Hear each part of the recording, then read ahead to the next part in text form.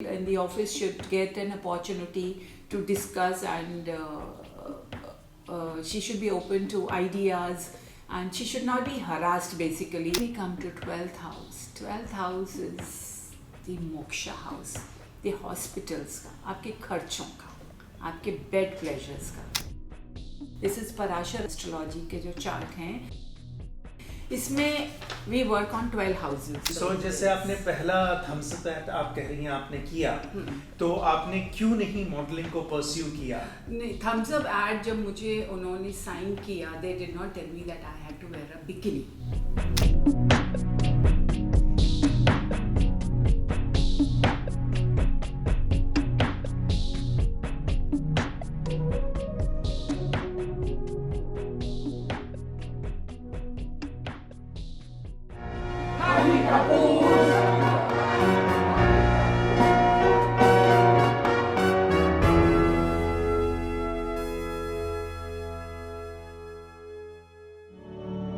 नमस्कार दोस्तों, मेरा नाम है Amit R Agrawal and welcome to podcast by Amit Agarwal.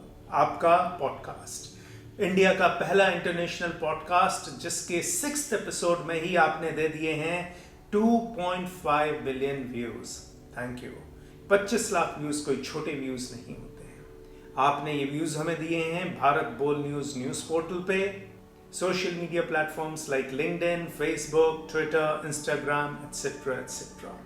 आज हमारे साथ हैं एक बहुत ही स्पेशल गेस्ट, रेखा वोरा जी, जो कि रेखा वोरा फाउंडेशन की फाउंडर हैं और एक बहुत ही सॉट आफ्टर कॉस्मिक हीलर हैं, न्यूमरोलॉजिस्ट हैं, टैरो रीडर हैं और कई सारी चीजें रेखा वोरा जी करती हैं.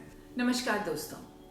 तो इससे ज़्यादा मैं आपको कुछ रेखा वोरा जी के बारे में बताऊं, मैं चाहूँगा रेखा वोरा जी खुद आपको अपने बारे में बताएं. तो रेखा वोरा जी, शुरुआती जीवन के बारे में बताइए और कुछ अपने बारे में बताइए. अमित जी, मैं पैदा हुई थी महाराष्ट्र में, उल्लासनगर, एक कल्याण के पास जगह है जहाँ पे मैं पैदा हुई थी. जब मैं करीब 6 साल की थी, वी शिफ्टेड टू मुंबई. तो मेरी जो शुरुआती जर्नी रही है, जो स्कूलिंग, जो कॉलेज है, वो सारा चेंबूर में रहा है. पहले मैं साधु वासवानी स्कूल में थी, फिर I shifted Swami Vivekananda college. So मैं अपने आप को अपग्रेडिंग करती हुई नज़र आ रही हूँ. पहले मैं साधु बनी और फिर स्वामी बनी. तो मैं जब पैदा हुई थी तो हमारे घर में ग्रंथ साहब जी विराजमान थे. हमारी जो दादी जी थी वो ग्रंथ साहब जी में बहुत बिलीव करती थी. तो I open my eyes with Japji Sahib and I used to close my eyes with listening to Rehras Sahib ji. तो हमने जो शहीदी और जो कीर्तन और जो ये सुना है ना, तो it went in my system basically. So I was drawn towards the cosmic energies, towards the helping others. So my journey started from there basically. And then Mumbai mein, while I was in college, I got some modeling assignments. So मैंने modeling assignments करी. I did for Taj Group of Hotels, I did for Nirma, I did for the first Thumbs Up ad. And there are so many, like, you know, for Krishna Sarees of Dubai. सो जैसे आपने पहला Thums up आप कह रही हैं आपने किया, तो आपने क्यों नहीं मॉडलिंग को परस्यू किया? नहीं, थम्स अप एड जब मुझे उन्होंने साइन किया, they did not tell me that I had to wear a bikini. And I tested wearing bikini, so I wore shorts, so I was not in the main lead in that, and that was my first ad, so I was on the side. But then I got very good, like with Nirma and Taj Group of Hotels, and then Krishna Sarees from Dubai, they signed me, and I did some ramp walks as well. But I was not very much into it basically. I didn't find too much happiness in it. I wanted to do something else, like help. I was drawn to animals from my childhood. तो मुझे ऐसे लगता था कि ये बेजुबान जानवर जिस तरह से आपको देखते हैं, और मेरी बिल्डिंग में एक मदर ने लिटर दिए थे, एक पपी डॉग ने. एंड देन उसके जब बच्चे हुए and somebody complain to MCD, तो एमसीडी आके उन पपीज और मदर को ले गई. For 3 days I didn't eat food. I kept crying in the house. I was fighting with my dad to bring them back, and then my dad had to go because they keep them for 5 weeks and after that they put them to sleep. So on the third day my dad had to go and bring them back. और उनके नाम पे, like I come from a Sindhi family and my surname is Jhangiani, Rekha Jhangiani. So the name tag on the dogs were Jhangianis. So I was so happy, like they are part of me and part of my family. So my journey started with animals from there, and with the cosmic energies my journey started, and I was born by having Granth Sahib ji at home. Wonderful. आपने बताया आपका surname Jhangiani है जी। तो एक बहुत ही बॉलीवुड की popular actress है प्रीति झंगियानी। झंगियानी, क्या आपसे वो रिलेटेड हैं? जी हाँ, बिल्कुल रिलेटेड है। शी इज़ मेरी जो ग्रैंड मदर हैं और उनकी जो ग्रैंड मदर हैं, दे वर सिस्टर्स। तो आपकी वो कजिन हुई प्रीति झंगियानी? हाँ जी। रेखा जी ने अपने बारे में बताया कि कैसे वो मॉडल से एक कॉस्मिक हीलर बनी, एस्ट्रोलॉजर बनी, टैरो रीडर बनी। अब ये कॉस्मिक हीलिंग आखिर होती क्या है, इस बारे में रेखा जी ने हमें बताया। Cosmic healing is a form of healings cosmic तरीके से, मीन्स जो आपकी कॉस्मिक एनर्जी से जुड़ा हो।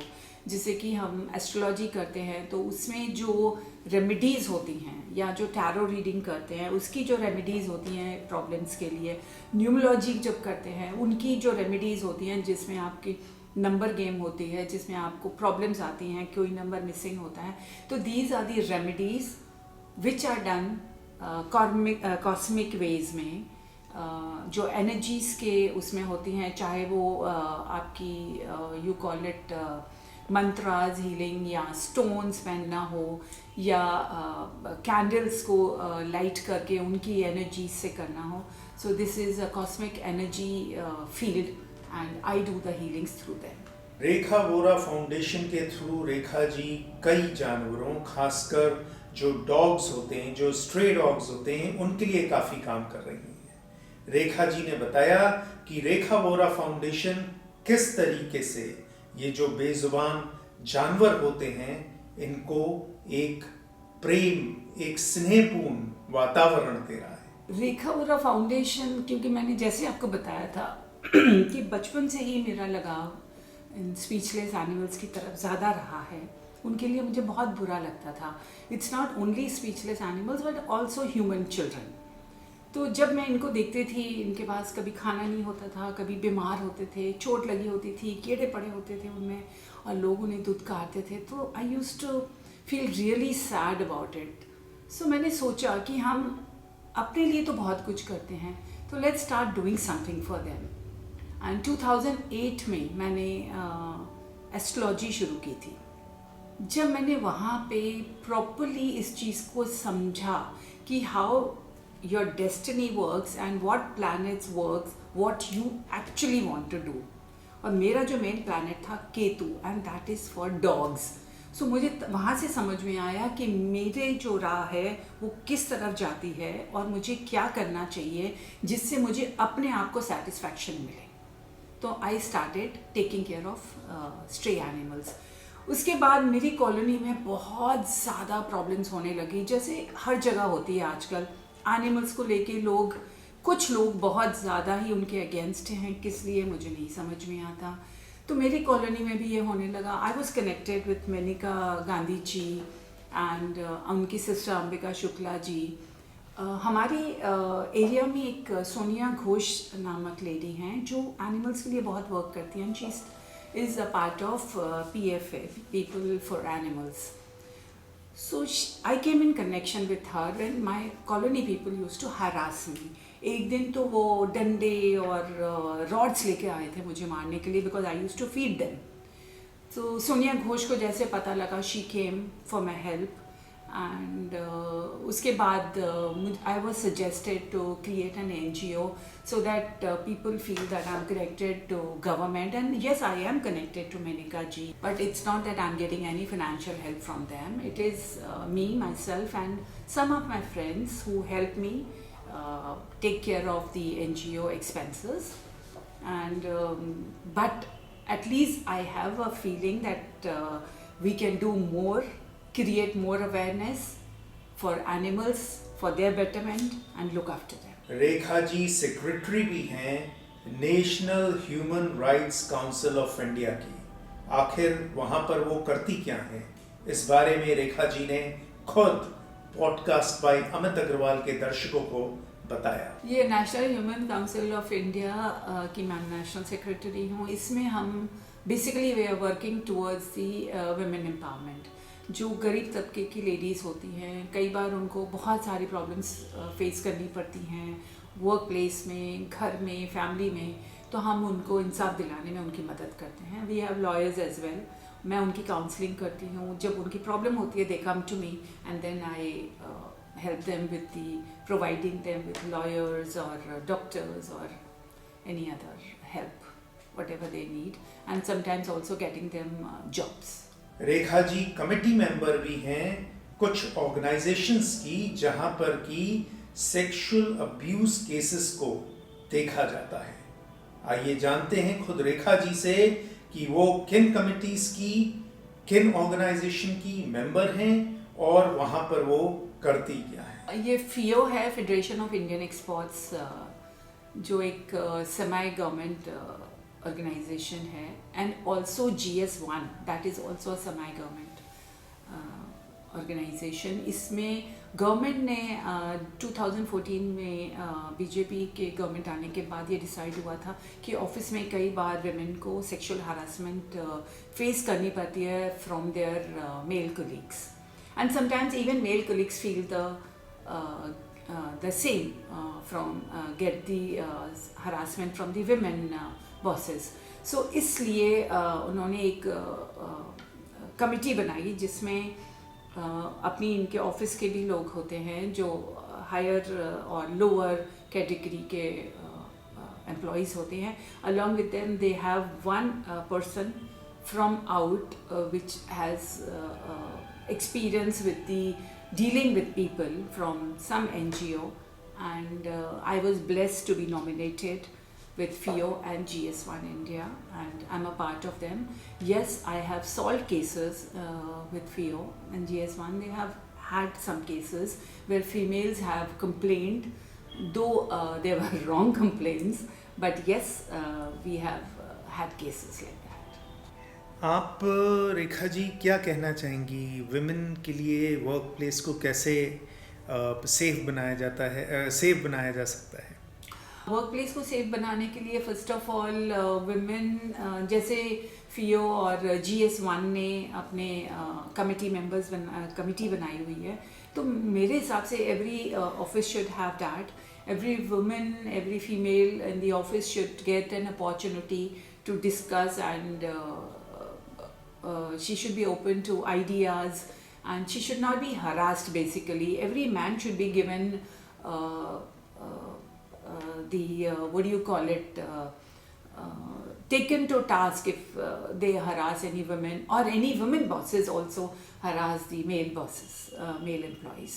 जैसा कि आप अब तक जान ही चुके हैं, रेखा जी खुद तो मॉडल रही चुकी हैं। आज वो कई ब्यूटी पेजेंट्स और कई टैलेंट शोज में होलिस्टिक ग्रूमर हैं और मॉडल्स को रैंप वॉक के लिए ट्रेन भी करती हैं। कैसे, खुद रेखा जी बताएंगी। Amit ji, since I have been a model, I have walk the ramp show किए हैं, मैंने मॉडलिंग की है, एंड अभी रिसेंटली भी मैंने एक ज्वेलरी ब्रांड के लिए किया था almost a year ago. So and being in cosmic energy field, being a Jyotish Acharya, tarot readers, I've been a speaker as well because I understand the energies, I understand the people going through the mental traumas. So being a life coach, I've been invited to many shows, many beauty pageants as a life coach, as a groomer, holistic groomer. So this is a beautiful field. I give them lectures, I tell them how to deal with the traumas, because even during beauty pageants, when you have your rivals with you and you want to win the show, but you feel the other one is more powerful than you, she has more qualities, more qualified than you, then you get the negativity inside you, you feel sad and you're not confident to walk the ramp. And as a astrologer, I always feel destiny is a pre-written draft. You can change your destiny with your free will. So I make them understand that you just come on the stage with an open mind, give your 100%, and you be yourself and you see where you go. Rekha ji, आप अपने साथ कई सारे ये charts लेके आई हैं, ये charts क्या हैं और उनके बारे में आप क्या कहना चाहेंगी? नहीं, मैं ये चार्ट्स लाई हूँ ये दिखाने के लिए about the astrology, how we do it, how these 12 houses work with you for you. This is Parashar astrology के जो चार्ट हैं, इसमें वी वर्क ऑन 12 हाउसेस. तो फर्स्ट हाउस हमेशा होता है सेल्फ के लिए, सेकेंड होता है आपका वेल्थ, फैमिली, थर्ड होता है आपका सिबलिंग्स का, फोर्थ होता है आपका प्रॉपर्टीज़, आपकी मदर, आपकी व्हीकल्स, ठीक है. फिफ्थ होता है आपके रोमांस का, आपके बच्चों का. सिक्स्थ होता है डिजीज़ेस का, कॉम्पिटिशन्स का. सेवेंथ होता है आपकी पार्टनरशिप्स का. पार्टनरशिप चाहे वो फैमिली में हो या आपकी मतलब वाइफ के साथ हो, स्पाउस के साथ हो या आपके बिजनेस में हो. एट्थ हाउस होता है सडननेस का, छुपा हुआ जिसे हम कहते हैं, ठीक है ना. और नाइन्थ हाउस होता है आपके गुरु का. कुछ एस्ट्रोलॉजर्स नाइन्थ हाउस को फादर का भी हाउस लेते हैं.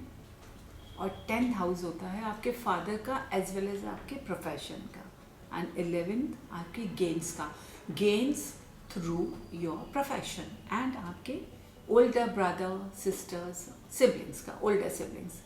But when we come to 12th house is the moksha house, the hospitals का, आपके खर्चों का, आपके बेड प्लेजर्स का.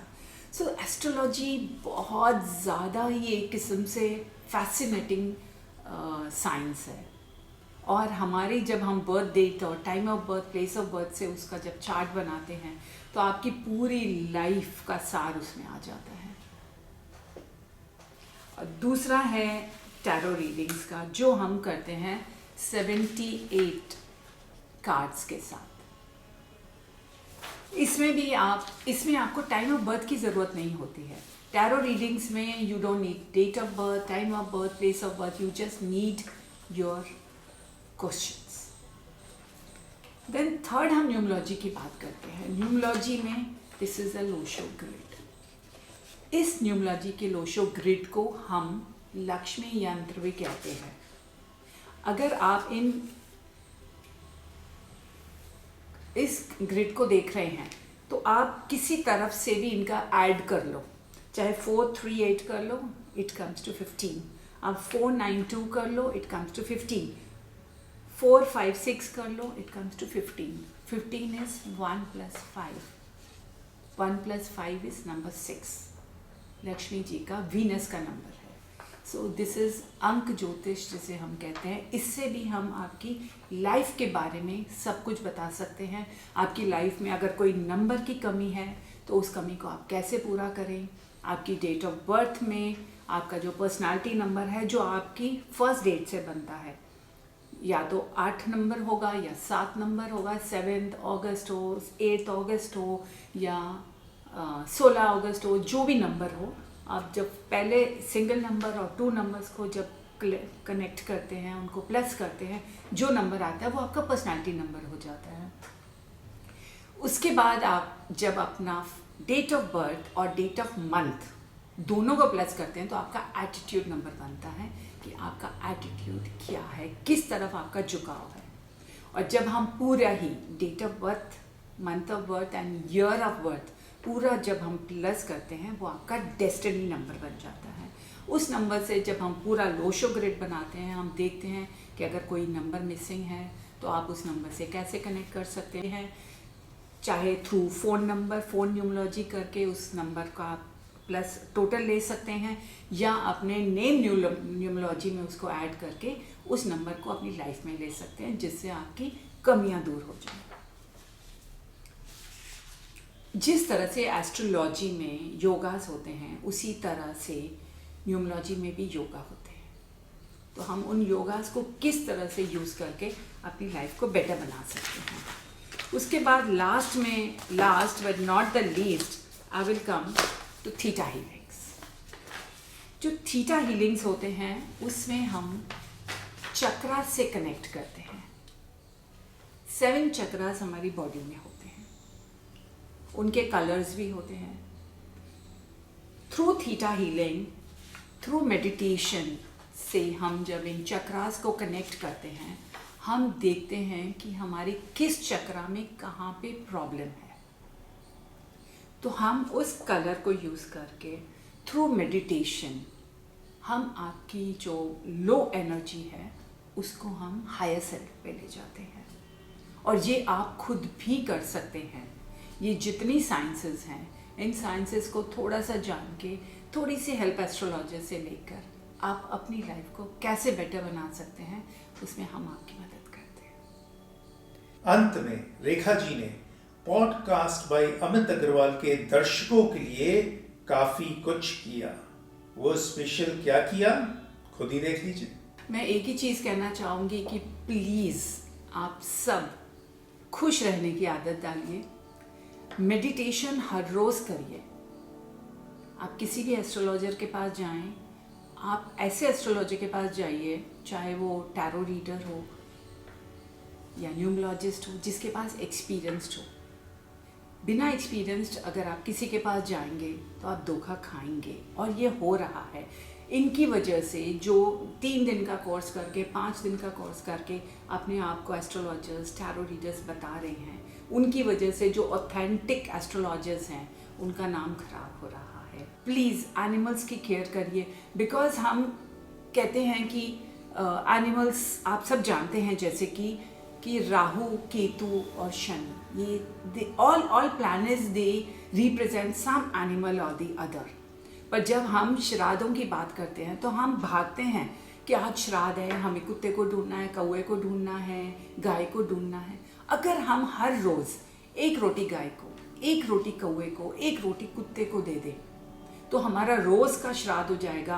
हमें पितृ दोष से मुक्ति मिल जाएगी, हमारे पितृ खुश रहेंगे और उनकी ब्लेसिंग्स हमें मिलेंगी, जिनकी वजह से हमारी ज़िंदगी में खुशहाली आएगी। So I have a request, please take care of animals, be happy, live happy, let live. तो दोस्तों, ये थी रेखा जी आज हमारे साथ, जिन्होंने काफ़ी विषयों के ऊपर हमें बात की, हमसे बताया कि क्या उनकी लाइफ रही, कैसे टैरो रीडिंग होती है, कैसे न्यूमरोलॉजी होती है और कैसे कॉस्मिक हीलिंग होती है। तो आपसे मिलेंगे अगले हफ्ते फिर से पॉडकास्ट बाय अमित अग्रवाल में। धन्यवाद।